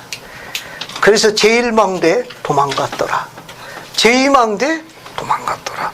제3, 제4, 제5, 잽싸게 다 도망갔더라. 그러면 그 요새는 이제 볼 거 없는 거예요. 굳건히 지킨 파수꾼이 필요합니다. 그러면 같은 문장에서 나의 모든 이스라엘이라고 했는데 이건 어떤 자들을 지칭하는 거지? 이건 All mine Israel이라고 설명하셨는데 나의 모든 이스라엘은 어떤 자들에게 주어진 호칭입니까? 이거 언제 쓰는 거예요? 그럼 하나 물어봅시다. 이스라엘의 뜻이 뭐예요? 이스라엘. 네? 성약의 남관장님. 성약의 자. 성약의 자녀, 감사합니다. 또 이스라엘의 뜻, 성약의 자녀라는 뜻도 있고. 이게 눈길도 안 맞추시려고 그러시네. 여러분과 아브라함, 이삭, 야곱인데 야곱의 이름을 뭘로 부르라 하셨습니까? 이스라엘은 언제 이스라엘 이름으로 바뀌었죠? 언제 이스라엘 이름으로 바뀌었습니까? 어떤 상황이 있었죠? 기억하십니까? 야복강 나루에서 밤새도록 어떻게 했습니까? 씨름했어요. 그렇죠. 주의 사자가 씨름했죠. 정강에 걷어차여져 가지고 그것이 불편했을도 불구하고 나와 나의 가족을 축복하기 전까지는 결코 당신을 놓아줄 수 없어.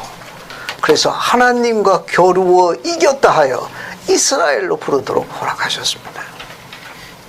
우리는 그 싸움에서 승리한 전통을 갖고 있는 이스라엘 백성이. 그러니까 이스라엘의 이 뜻은 뭐냐면 아브라함, 이삭, 야곱처럼 그들이 갖고 있는 상속의 열쇠를 부여받은 의로운 모든 자에 주어진 호칭. 그러니까 아브라함, 이삭, 야곱처럼 의로움을 증거해가지고 아브라함이 받았던, 이삭이 받았던, 야곱이 받았던 영화로운 영생의 상속의 공동 상속자로 분리된 자에 대한 총칭 표현인 나의 모든 이스라엘이. 그러니까 이스라엘 이름이 들어간다는 건 엄청난 축복이에요. 그러니까 이스라엘 백성이요. 이스라엘의 남자요. 이스라엘 딸이라는 거는 신앙의 선조 아브라함과 이삭과 야곱이 다 승형의 발례를 허락받은 영생의 상속자들입니다. 그래서 우리가 성향을 맺어가지고 아브라함의 후손이 되는 거예요. 그래서 우리가 의로움을 증거해가지고 충신함이 증거돼서 그분 오시는 날까지 끝까지 그 자리를 지키는 거예요. 의로움이 증거되면 아브라함과 이삭과 야곱에 허락했던 영생의 그 상속의 열쇠를 공동 상속자로 부여받도록 허락된 이스라엘의 모든 자녀를 나의 모든 이스라엘이라고 부르는 호칭이에요. 굉장히 아름다고 거룩한 호칭입니다. 이거는. 여러분 그 유인물에다가 잠시 적어놨어요. 유인물에다 잠시 적어놨는데 어디 보시는가 하면 세 번째 장 12번 보세요. 여기 12번. 세 번째 장 12번. 그리고 하나 더 설명하겠습니다. 세 번째 장 12번 보세요. 봤습니까? 거기 보면 망대우의 파수꾼 찾았어요? 밑에 건너서 중간 부분 보세요. 중간 부분. 망대우의 파수꾼, 망대우에서 발견되는 모든 자.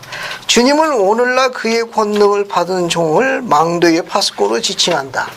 교회 지도자나 교회 요원들을 지칭하는 표현이에요. 밑에 나의 모든 이스라엘 복음 성약을 맺고 지킴으로써 아브라함, 이삭, 야곱이 받은 약속의 상속자로 분류된 사람들을 총칭하는 표현이 바로 나의 모든 이스라엘이라는 호칭입니다. 의로움이 증거돼가지고 상속이 허락된 자녀들을 언급하는 거예요. 자, 그 다음에 하나만 더 봅시다. 자, 16절하고 21절 보세요.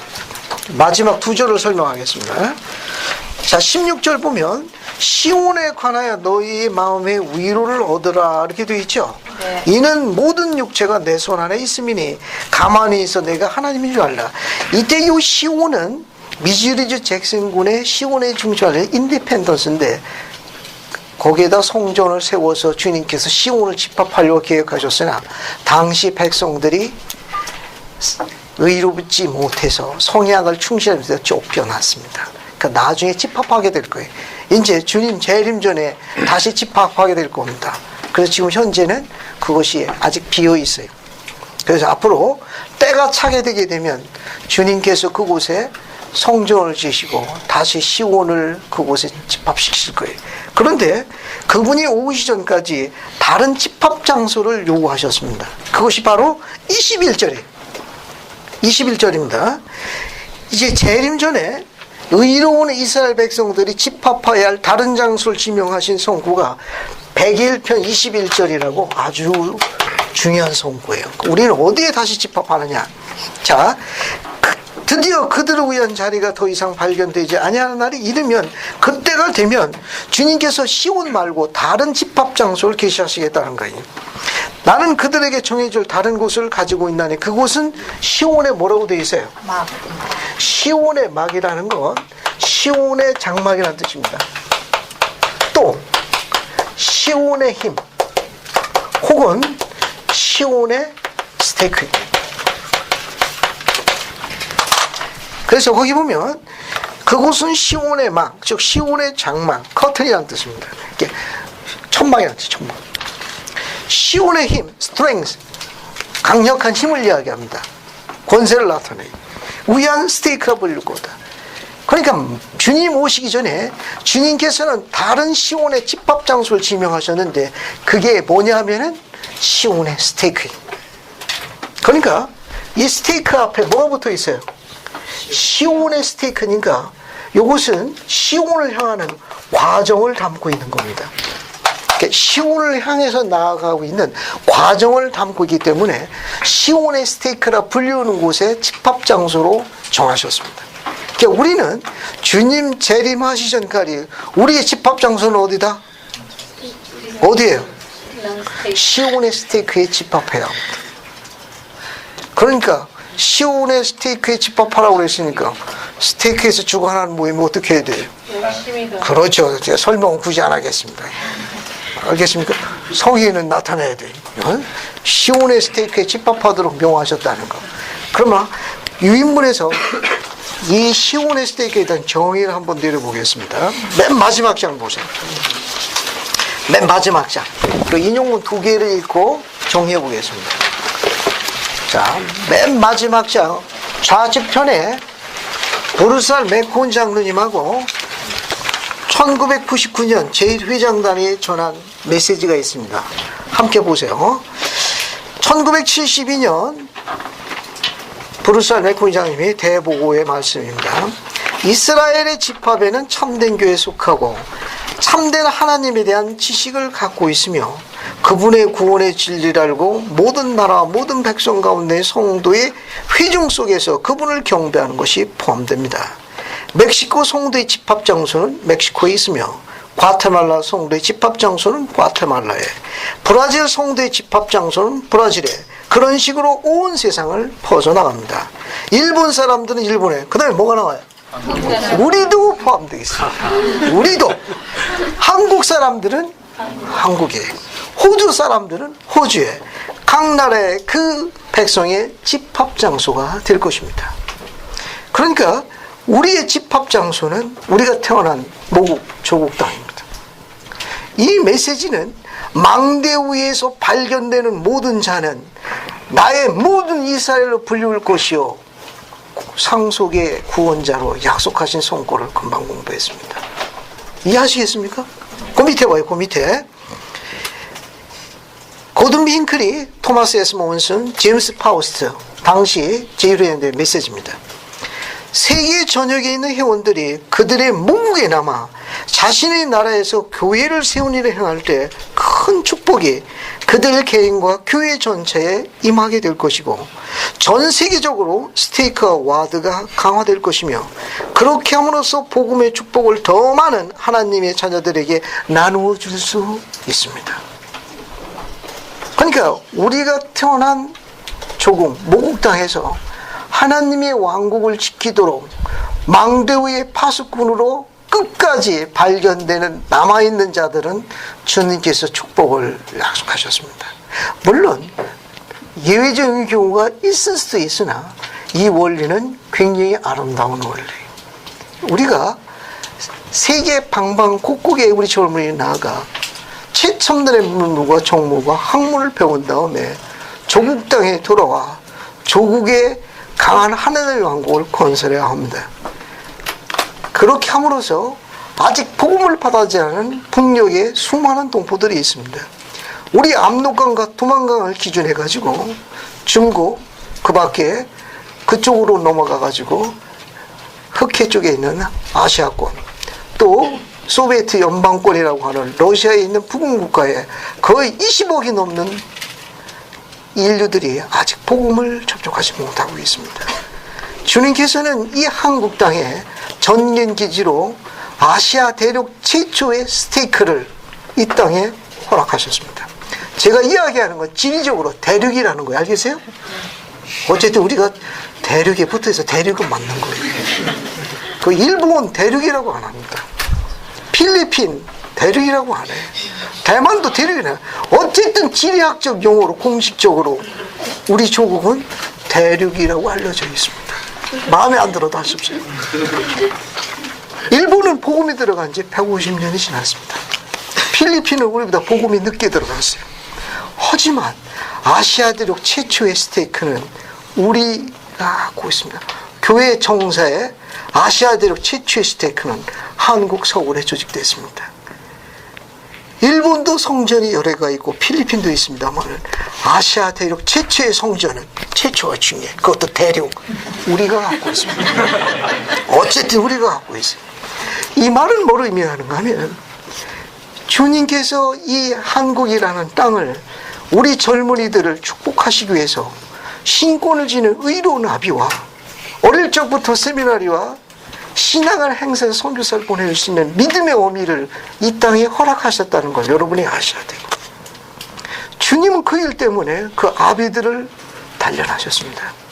어미들을 선택해가지고 세상의 모짐서론 속에서도 위로받지 못하는 삶 속에서도 그 자녀들을 선교사를 보내기 위해서 많은 걸 희생한 신앙의 어미들을 갖고 있습니다. 여러분은 그분들의 직계 자손들이, 여러분도 그 신앙의 이스라엘 전통과 혈통에서 성임된 자들인데 왜? 이 땅은 그 일로 말미암아 북녘 땅의 통일의 기초를 여러분들이 열쇠를 갖고 있어요. 만약 여러분이 전 세계에 나가 조국 땅에 모국을 교회를 세우지 않으면 통일은 조금 늦어질 거예요. 다른 백성들에게 이 일을 허락할 수도 있을지도 모르겠어요. 그런데 주님은 우리 젊은이들을 축복하시기로 결정하신 것 같습니다. 아직은 이 교회의 힘이 위대하고 막강합니다. 아직도 이 교회의 미래가 굉장히 밝다는 거예요. 보다 많은 젊은이들이 이 선교사업과 부름에 열심히 봉사하고 있습니다. 이것은 이 땅이 갖고 있는 독특한 역사적 소목에 대한 주님의 뜻을 내포하고 있습니다. 개인적인 의견입니다. 판권을 제가 갖고 있으니까 인용하지 마십시오. 아시아권에 피로 임봉돼가지고 복음이 전파된 유일한 나라가 어디입니까? 여러분의 조국 땅이에요. 6.25 정대 때 몰몬 군인들이 피로 임봉해서 이 땅에 복음이 전파됐습니다. 피가 임봉돼서 복음이 전파된 아시아의 유일한 나라가 여러분의 조국 땅입니다. 일본 아니에요. 필리핀도 아니고 대만도 아니에요. 오직 이 땅만 선조가 있던 선조들의 피로 임봉되어서 복음이 세워진 나라가 솔레이에. 그런데 그 나라를 벗어나가지고 피가 임봉되어 복음이 기초를 한 유일한 나라가 우리 조국 땅입니다. 주님 왜 그렇게 하셨을까요? 그 전쟁이 일어나서 전 세계 36개국이 이 슬픈 나라를 도왔습니다. 지금은 어떻습니까? 우리 젊은이들이 온 세상을 다 나가고 있어. 우리가 상당히 막강한 나라입니다. 우리 이 땅은 주님이 축복하실 거예요. 악도 알기 때문에 한교에서 주님의 교회를 방해하는 건 너무너무 당연한 일이.